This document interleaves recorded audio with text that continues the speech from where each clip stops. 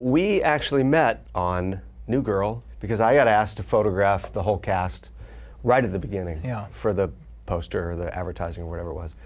And I kind of owe you an apology, I think, because I get the call, and I've heard of Zooey Deschanel, obviously, and it was sort of her show. And, for sure. And then there's these three dudes I've never heard of before, and there they are. And I think as a busy photographer, and I come in and I'm like, there's the talent. Those are these the dudes. guys Yes. are the dudes that, you know, Right.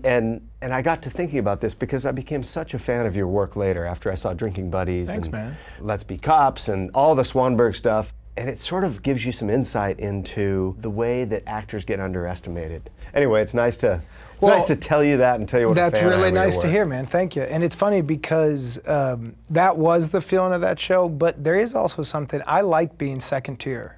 I like being in the shadows to somebody who, like Zooey had worked really hard her whole career. She was ready to be front and center. She was ready to grab the reins. She was ready for the joke. She was ready for the ad campaign. I like being next to that person, but I don't necessarily have that thing in me that I want to be that person. I like doing it for little ones. I like doing it for, you know, a Swanberg movie, but there's a lot of games to that I like.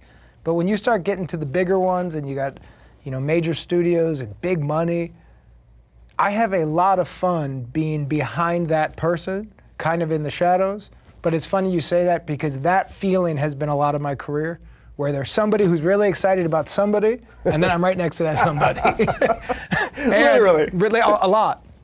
And it really deeply doesn't offend me. It's like, I like it. Because when you're that first tier, it's like you owe a lot. Right. You're given a lot, but you owe a lot. And I don't feel personally, and I know a lot of my friends who are bigger and more famous, they feel like they owe their fans something. If they're doing something, they will stop at the airport and, you know, blah, blah, blah. And they, like, I did a movie with Tom Cruise. Right. We were in Africa. The Namibian... Is that Risky Business? A Risky Business, yeah. I was his dad in it. But the film you council... did The Mummy with Tom Cruise. Yeah, we did The Mummy with Tom Cruise. And the Namibian Film Council came out to say hi. So the AD, we were shooting on buildings blowing up. They're like, they would like to say hi. Well, I wanted to go like this. Hello. I'm here working. I'm jumping off buildings with this maniac. Hi, nice to see you. What do I want to do with the film council? Tom goes like, Jake, we should go talk to the council. And I'm like, okay, I mean, literally all day has been the craziest day of my life. I've been with you riding horses, jumping off, what are we gonna say? And he goes, just come with me. We sat and he talked to them for about 45 minutes. Gave him a whole presentation, a big talk, gave a part of himself that I thought was really cool and it meant a lot to them. I don't necessarily do that or really care to do that. Because I'm on set with Tom Cruise, not because I read that script, because I didn't. Because I wanted to be with Tom Cruise for 4 months, and I wanted to see what it was like to be in his gym and to be with that man. You read it eventually, though. I never read the full script. You didn't? No, because it didn't matter, because I was with him and he was driving it. So I read our scenes, and I knew what we needed. And Tom's like, I'm gonna want you in the gym with me, and we're gonna do this. And I'm like, I want 4 months next to this guy. I want to feel what it's like to be with that level movie star. Right next to him. Right next to him. But everybody's looking at him. Right. But I feel like my career is a lot of times, I have the best seat in the house, where I'm like watching Tom and there's all the crew, but I'm seeing the performance right here. And I'm like, man, Tom, you are a wild guy. And then when they call cut, it's me and him where we walk back somewhere and I go, how do you feel? You just did a wild thing.